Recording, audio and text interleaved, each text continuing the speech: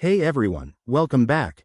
If you're diving into digital marketing in 2025, knowing how to add a domain to your Facebook Business Manager is a game changer. It helps verify your website, unlock advanced ad features, and boost your online presence. In this quick tutorial, I'll walk you through the steps in a simple, straightforward way. Let's jump right in. First, make sure you're logged into your Facebook Business Manager account.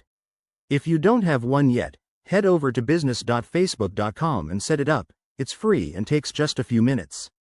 Step 1. Once logged in, click on the menu icon in the top left corner and select Business Settings. This is your hub for managing all account details.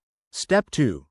In the Business Settings page, scroll down to the Accounts section and click on Domains.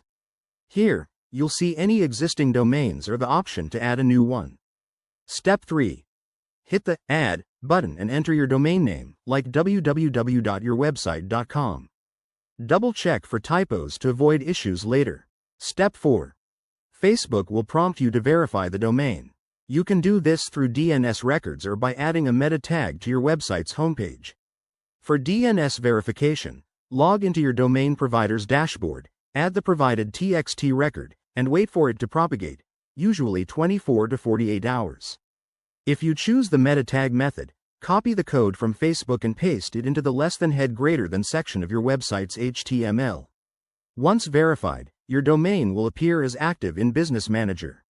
A quick tip: if verification fails, check for common errors like incorrect records or caching issues. Always use HTTPS for better security. And there you have it. You've successfully added your domain to Facebook Business Manager. This step is crucial for running targeted ads and tracking conversions. If you found this helpful, hit that like button, subscribe for more 2025 marketing tips, and drop a comment below if you have questions. Thanks for watching. See you in the next video.